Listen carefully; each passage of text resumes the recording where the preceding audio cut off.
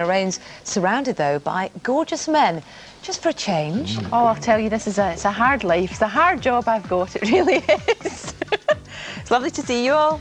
Westlife, of course. Aren't they gorgeous? And they're going to be performing for us live later on. We'll have a wee chat as well, which will be fantastic. We're also looking at the new ITV drama, Fat Friends. We're going to be talking about that, which has nothing to do with any of you sitting here at all. You're all beautiful and gorgeous and lovely.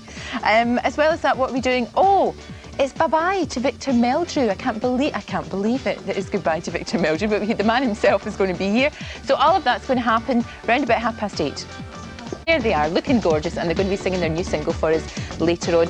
Could it be 7 in a row going to #1 for them? Probably, I think. First, though, it's day 4 of National Adoption Week here on GMT. Now, the last time my next guests were on, it was just about Mother's Day, and as they don't get to see their mummies very often because they work so hard, we thought we would surprise them. Do you remember this? Sunday, it means, though, that you're not going to be around for Mother's Day. Unfortunately. I'll tell you what, though, we thought it would be quite nice to have a wee surprise for you. And if you look here, what we've done is we've got all your mums together. Because I understand that one of you tried to phone your mum. We've got them all... Well, we did have them all together. That was supposed to happen. This is not going very well today. Apparently they've been taken to another studio. And it was, in fact, here, I think. Could the mums come in, please? Hey. That's why you couldn't get them this morning. Do you want to give me Mummy? Get it when you give your mummy a cuddle. Oh, that was such a lovely day.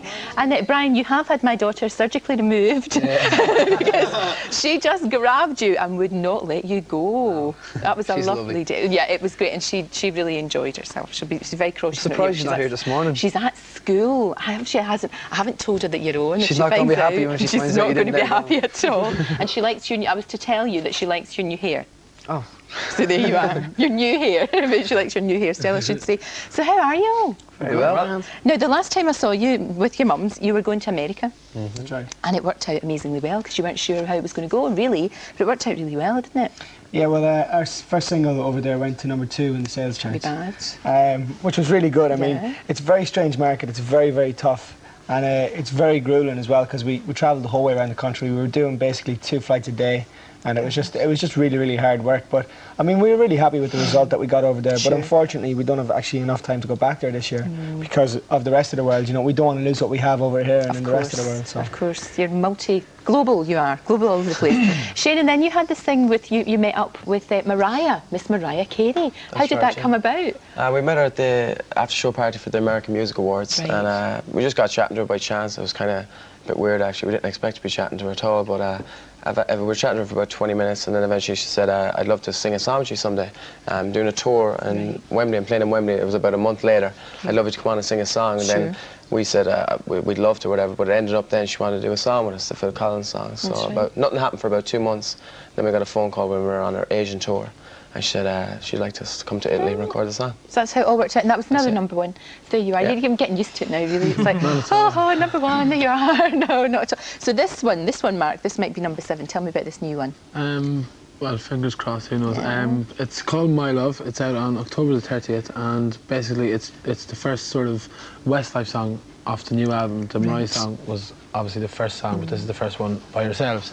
And it's sort of like a ballad, but it's like there's loads of different types of ballads. There's the real slow sort of, you know, real smoochy ones. Yeah. Then this one's sort of, it's a ballad, but it's more sort of an anthem. You sort of wave your hands in the air. Exactly. Sort of I could see people, Nicky, doing that at football grounds everywhere. It's that kind of song. Changing the words to slightly more unsuitable lyrics, you know. I don't know. Do what they sing in football grounds. It was definitely a song, I think, when we first heard it, or when we recorded it in Sweden.